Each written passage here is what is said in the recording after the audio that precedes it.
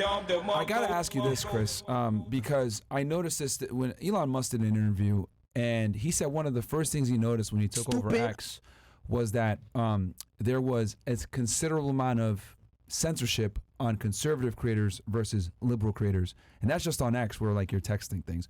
Would you say you saw that also on the video sharing side, where you got guys like Don Bongino, congressmen, etc., that might have conservative belief systems getting suppressed in big tech? So something was going on, something is going on. Okay. I don't operate these other companies. I can't speak to what they're doing, but I can tell you what I observe and the anecdotes that I see. But when you have someone like Congressman Devin Nunes go from 10,000 on YouTube to 200,000 to 300,000, and now close, I think he passed 1 million on Rumble now, subscribers on Rumble.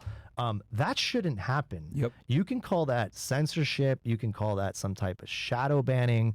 In these cases, they weren't actually banned. They were, they were censored in some way, shape, or form, and that was happening. And it didn't seem to be coming from multiple from all sides of the aisle. But I will say that that's changed a lot in the recent years. The censorship has now kind of gone into like various different areas. We've attracted people from both sides of the aisle now on Rumble. Like, we had, I remember it was like 2021 and Russell Brand shows up on Rumble, and he's not a conservative and he's, at least in my understanding, he's not a conservative. Yeah. But he shows up randomly. I didn't know till like 2 weeks after he showed up in late 2021 that he showed up on Rumble. And, we also attracted like the former Democratic presidential candidate Tulsi Gabbard onto the platform in 2021. We brought on Glenn Greenwald as well. So like, it really kind of expanded more than just conservatives. And today it's far more now. Now we have, Robert F. Kennedy Jr. on the platform, also using our cloud as well.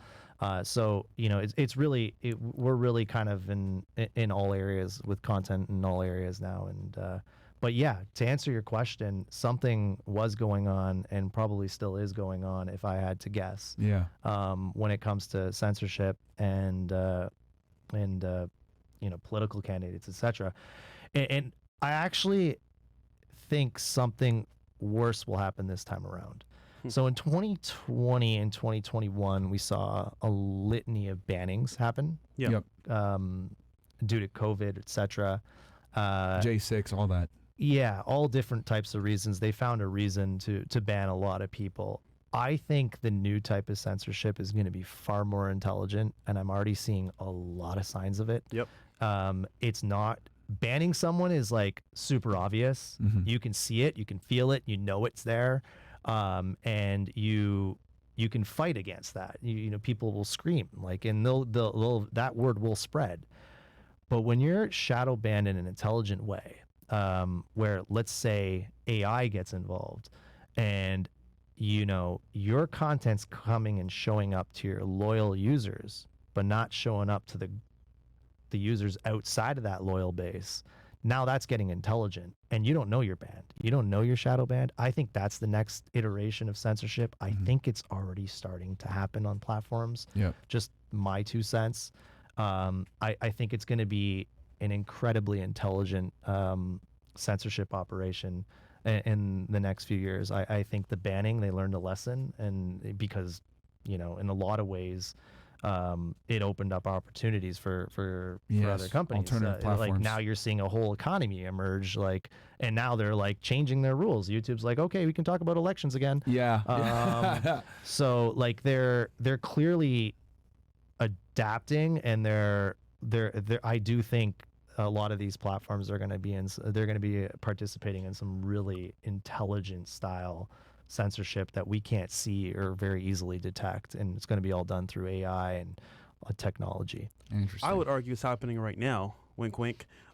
Chris, I think it is happening right now. I'm seeing some evidence of that happening right now. The censorship that I'm starting to see or hear about is very deceptive. I think like the year of 2024, I think deception is going to accelerate to a level that the people that we might think are on our side are not really on our side. I think deception is at a whole new level in the next couple of years, and that kind of dovetails into like censorship. And I can see the fakeness. I can sense it. I can smell it. It's there, but it's just very hard for people to see. I think the idea of the Trojan horse is very relevant in today's current climate. But Chris, the word free speech is thrown around a lot, from different platforms, different people. What's your definition of free speech? It's a good question. So I particularly don't use the word free speech. I'm from Canada. I use the word freedom of expression, which is it's in the UN Declaration of Human Rights, Article 19. It's a human right that you have the ability to speak freely, free speech, freedom of expression.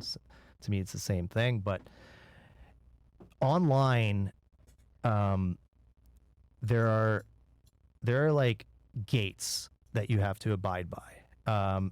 Anyone that's claiming they're free speech absolutist online is not being authentic. You cannot be, to the definition of what we understand a free speech absolutist is. Like, it bothers me when I hear people say like, I'm a free speech absolutist, and then next thing you see is there's a compliance with the government or whatever, and it's just nonsense. It's not real. Right.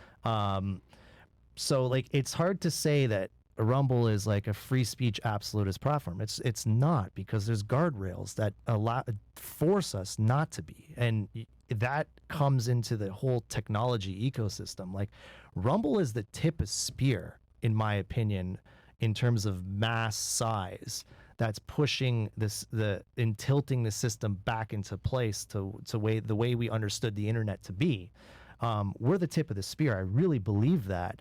And we do things that other platforms don't, even when they, claim that they're free speech. And I'm not sitting here and claiming Rumble is a free speech absolutist platform. It can't be, because of the app stores. The app stores are guardrails. Yeah. If we want to reach the mass market, you have to abide by the app stores. Yeah. Period. So that's like one major guardrail. The other guardrail for other companies, which we do not have, and it's very unique to us in this system, is the cloud. Parler. We all know Parler. They got shut down after January 6th, based on the premise that, a lot of things were organized from Parler. But the facts of the matter is Facebook and other platforms participated far more than Parler, but they didn't get deplatformed like Parler did. So they got like treated very unfairly in that situation. And the guardrail there was obviously the app stores were one problem, but the more important problem for them, the one that turned the lights out, the one that put them basically out of business from our perspective, is Amazon, AWS. They shut off the lights. They didn't know where to put the website. They couldn't find a host. They couldn't find a cloud provider. Yeah. This was like a major wake-up call for us at the time, because at the time, Rumble was running on bare metal. It wasn't using any of the incumbent cloud platforms, but it was running on bare metal. And bare metal is great because you're leasing servers, and you're kind of building on top of it, but it's not good enough. And I'll tell you guys a story that no one knows, and I'll tell it today. All right. Exclusive. Yeah, a little exclusive here for the Fresh and Fit pod. But like, we were on bare metal, and that was good at the time. It was enough to sustain us through a period where no incumbent cloud platform can knock us out. We're distributed with multiple companies, multiple server companies, and we were able to survive on that basis at that point in time. But it became really apparent for us that that wasn't good enough, and that we needed to invest, we needed to get investment, and we needed to invest heavily in building our own cloud. And not only did I see it as existential for Rumble, I know it's existential. I'll give you this example that I've never told. Not only is it existential for Rumble to be on our own cloud, but I also felt there was a need for other companies like Parler or whatever it may be, whether it's a religious university that Amazon AWS doesn't agree with on a religious perspective, like, or whether it's a business that doesn't have the same values as Amazon AWS. So like, we decided to launch build a cloud that's not just for Rumble, the existential threat to Rumble, but for the greater public. And we launched it last week, which is a huge milestone. Like, Rumble now doesn't have the guardrail of someone else telling us on an acceptable use policy at the host level. No one's turning the lights off anymore on Rumble. That's not happening. And now every business out there can have trust in a provider that won't turn the lights off on them based on some ideological or some opinion that someone might have, or some thought, or some, you know, any type of expression they might have. It's not gonna. We're going to be operating very differently than Amazon AWS, Google Cloud, GCP, and Microsoft Azure. So that did happen. But let me step back. I think, I'm just trying to remember the date. It might have been, I think it was July 4th weekend where we had. This year? It was, I think, 23. Okay. It could have been 22, actually. It might have been 22 or 23. It's either 23 or 22. Yeah. Where, when was the Russia war? When did that start? I think 21 it started. So it's probably 22 then. Yeah. But I can't remember the date. The time flies and dates get all mixed up in my mind. Yeah. Or 22. I think it started February 2022. Where Yeah. we actually, behind the scenes, and we already had a lot of infrastructure by this period kind of built out, where Rumble was sitting on had the available infrastructure in place, our own servers, the ones that we actually own and bought with our money. And we were setting up like a CDN, we were setting up like the cloud, we're setting it all up. And we get like a notice from, at the time, it was IBM, saying they're shutting us down. Wow. That happened Did they even say on why? a July 4th weekend. Did they even say why, or? It was so brutal. They couldn't cite a policy. They didn't have a policy that we violated. We didn't violate anything. They were citing EU stuff, not American stuff. And, you know, at that point in time, it was all hands on deck that weekend. And it was like a miracle. Like, all our engineers came on deck. We moved everything as much as we possibly could over to Rumble, the Rumble infrastructure, and we survived without even the lights going off for a second, because we just invested in the right place at the right time. And, you know, it was way faster than I thought it was going to have to happen, but we did it, and it was like I remember I tweeted something on that weekend on July 4th, like, this was the, you know, July 4th. It happened. We were literally, you know, we were defending and protecting freedom of expression more than anyone at that very moment. And our whole team was working overnight that whole weekend on July 4th weekend. And it's like a story that I hold very, very dearly to myself. And it's one that, you know, all the engineers that were behind that and getting that up, they're heroes. They're like heroes for doing that. And that happened behind the scenes. And now we're at a place where, you know, it's many years past that now. Now we have our own cloud. We're, you know, uncancelable. We were uncancelable at that moment too. Yeah. Which was great. But like, it was, you know, we didn't want to go 100% on our hardware at that point in time. It was like, we were trying to do it nicely.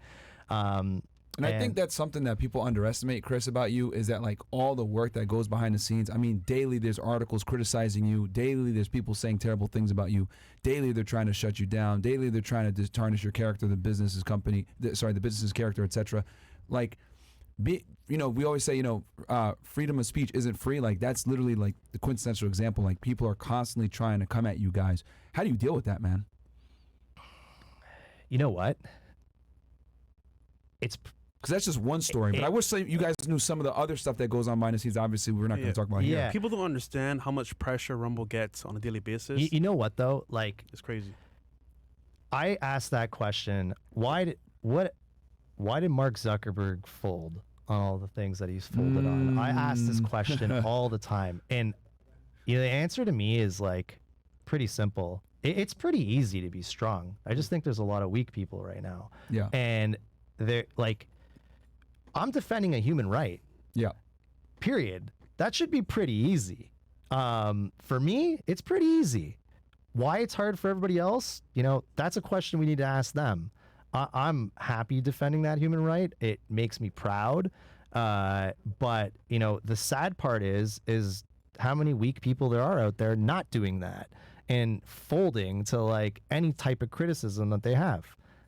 It just requires a little bit of strength, and that's what this company, Rumble's built on. It's built on strength. It's built on pushing back. It's built on telling governments to, pound sand. Yeah. I mean, look at the Russell Brand situation. They sent you that letter, right? I remember you posted on X how when Russell Brand got canceled or demonetized, they asked you, hey, is Russell Brand monetized on Rumble? And they were trying to get him demonetized on Rumble as well. And you basically told them to go pound sand, which is huge because other platforms always bend the knee to governments. What's that like taking on governments? Because the UK isn't the only government that's come after you guys. I mean, obviously we've talked about France, Brazil, etc. What's that like, man? So the UK situation was absurd. It was like Sent you that letter, I remember. Yeah, an MP, I believe, I don't remember exactly, sent us a letter to say, hey, like demonetize Russell Brand, do this, blah blah blah. Crazy. And I'm like, what law? What are we talking about here? Yeah. Like, just because you say so? Yeah. Like, how does that work? And you know what the scary part is, though? All the other platforms did it. Yep. And I'm like, why? It's a good question. Like, scary times. It's like, you saw the letter. We put it out there publicly. He never even got arrested, dude. It was merely one accusation. Like, nothing came out. These are accusations from people we don't even know. Yeah. They didn't even name the names. Anonymous accusations, I think they are, from like 20 years ago. And like, that's not my business. Yeah. Like, our business is video. It's streaming. It's like it's an online video platform. It's VOD. That's our business. That's my focus. If I were gonna sit here and judge every single character on what they do in their personal lives, if YouTube was gonna do that, well, they got to start digging a lot more, because there's a lot of people on their platform they're going to have issues with if they start digging, because like anonymous accusations, that's a pretty broad reason to try to deplatform someone from a video platform. Yeah. Like, that's it's just ridiculous. Like, it's upsetting to see how there's no backbone at any other platform out there when it comes to this type of stuff. Like, focus on your business. Your business is, if your business is video, it's video. If your business is to like pursue crimes that other people did, then that's your business. Like, but like, don't tell me that that's what we have to do now. Yeah. Like, we're just a video platform, and we have our terms of service, and if you abide by them, great. That's all we're focused on. But if he doesn't, if someone does something that's illegal in society and does something wrong, that's society's judicial process to take care of that. That's not Rumble's process. That's not Rumble's obligation. Yeah. We're just a video platform. Leave us alone. We just want to operate a great video platform. Now, Chris, there are creators that do cross the line sometimes, a little bit too far, you would say, on some platforms. How does Rumble handle that? For example, they cross the line where it's like maybe inciting violence or something. Violence, or maybe even like corn, Yeah. How does... So, obviously we have a terms of service. We do not allow a lot of types of like, we do not allow inciting and violence. We do not allow pornography, etc. So, that you have to abide by. You have to abide by our terms of service. And like I said, there is no platform that I know of that's of mass scale that sits on their own cloud that has to adhere to their cloud. But there are the guardrails of the app stores, and everyone needs to be conscious of that and aware of that. And until someone comes up with another phone to compete against that market, that's the guardrail we're going to have to be a part of. Like, if you want to have any sort of mass market appeal, you have to be in the app stores, plain and simple. So when it comes to that type of stuff, it's, there's obviously very strict policies in place. And also, like, one of the things we like to do differently, and we're trying to figure this out. Like, one of the things that happens on YouTube that gets taken advantage of are DMCA's, for example, copyright. Yeah. That's part of the law. You got to take it down. We got to strike accounts if they violate copyrights. You got to ban accounts if they do it too often. Yeah. But like, one of the things we like to do is, like, I don't like the idea of like a permanent ban unless it's like some fraudulent type of behavior, like spamming and stuff like that. But when it comes to like copyrights, you want to kind of reach out to the creator, give them the option rather than strike them, but give them the option, give them a window to take it down. It might have to be fast because there's liability there, but like, kind of work with the creator in a different way than the other platforms have to kind of like help them get into policy and not violate and not ruin their whole businesses and livelihoods because they made a mistake they were not aware of. Innocent mistakes happen all the time. And then there's a lot of like mobbing happening where someone will just like doesn't like bots. somebody and send like a whole crowd to take that out. And we see that all the time. And like, we're like, guys, this is Rumble. We're not going to fall for that shit. Like, but it still happens. It's like, it's unbelievable, like how they assemble activists to try to take people out. And that, that works really well on these other platforms. It doesn't work on Rumble though.